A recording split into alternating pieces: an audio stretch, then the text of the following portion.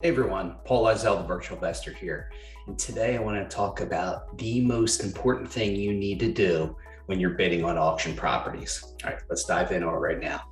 So the number one most important thing you need to do when you're bidding on these properties is your proper due diligence. And proper due diligence, the first thing to do, and I tell this to all of our students, the first most important thing to do is contact that listing agent. If there's a listing agent on that property, contact that listing agent.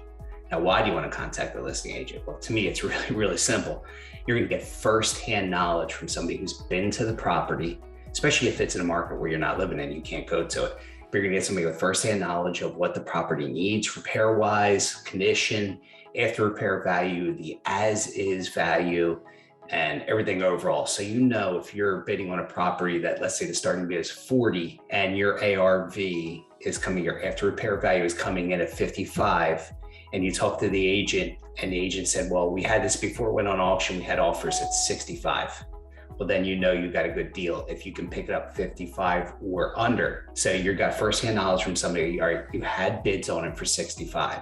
Now, potentially you could get higher because the market just continues to increase, but just look 65 as a good baseline. So you're going to bid up to your 50 to 55, make sure with the buyer's premium, because remember there's a buyer's premium, typically 5% on these properties. So that's another $2,500 if you're up to $50,000. So make sure you factor that in when you're purchasing, plus your closing cost. So for me, if it's starting bid's 40, I'm going to go to 45. I'm going to keep it at 50 or under, so I can keep under 55 with all my closing costs, buyer's premium, all those things. Sell it for 65 and make a nice 10K profit spread. So that's basically what you need to do. And that's the reason you need to contact these agents. I can't express this enough. Too many of our students don't do this. They're bidding on properties. They win the bid, they bring it to me, and I tell them it's not a deal. And I ask them, the first thing I ask is, did you contact the listing agent? And 90% of the time they tell me no. That's not what I want to hear. This is number one on your list. Contact that agent. If it's a property you're interested, just pick up the phone, email them. I do both. Text them if you find out it's their cell phone. Bug them, get that information from them. They're going to be able to give you firsthand knowledge of this property that you're not going to get. You're not going to get it from somebody you just send out to the property. You're not going to get it. Maybe you'll get it from a realtor if you find a local realtor boots on the ground to go take a look at the property for you. But this is going to be your quickest, easiest way. So remember that. Number one, most important thing to do is to contact the listing agent. I'll send videos on the next steps, but that's step number one. Step two of what to do when you're buying properties on online auctions. So step two is you won the bid. You are the high bidder on it. And knowing that you did all your due diligence on it and you spoke to the listing agent. Step two, obviously you're going to get the contract, send it in, send your earnest money deposit in. But before you do that, you're going to send somebody out potentially to go look at that property.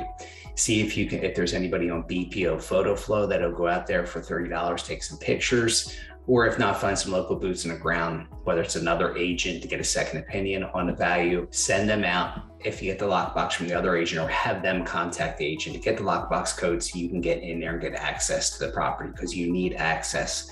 Without that lockbox code, you're not gonna be able to get your potential buyers in there. And then you're gonna have to wait until after settlement. You won't be able to do a back-to-back closing. You're gonna have extra holding costs here. So definitely send somebody else out there, and I don't care whether it's a contractor or an agent or both. The more people you send out, the better. Just confirm everything. Have them take pictures, make sure it's nothing matter with the foundation. There's no water in the basement if it has a basement. Roof shingles aren't blowing off, that nothing has changed condition-wise from the time you were bidding on this property or these other pictures were there. So that's your step two. Right, and very important. Then you send, as soon as everything's confirmed, you send that earnest money deposit in, because they're gonna want that as quickly as could be. That's why you get people out there very quickly. So you're gonna send that in, and then your title company is gonna do their due diligence, and they're gonna start pulling title and make sure everything's good. Your closing process on these properties is anywhere from 15 days, say, not very often. It's not often, it's 2 weeks. It's usually 3 weeks So I say 21 days to 45 days. And on average, if I'm looking at most bank-owned properties, 30 to 45 days from closing, from beginning to the end. So that gives you a short window to get buyers in there too. So you want to try to get buyers in there and hopefully lock it up within 10 to 15 days after you get it under contract. So then you're in good shape to set up the closing, and hopefully you're going to be able to do a back-to-back closing on it. Or if you find that the value is so good that if you did a little wholesale on it, do some basic cosmetics, you're going to get a lot more. You may want to do that. So you got to look at it, highest and best use of this property.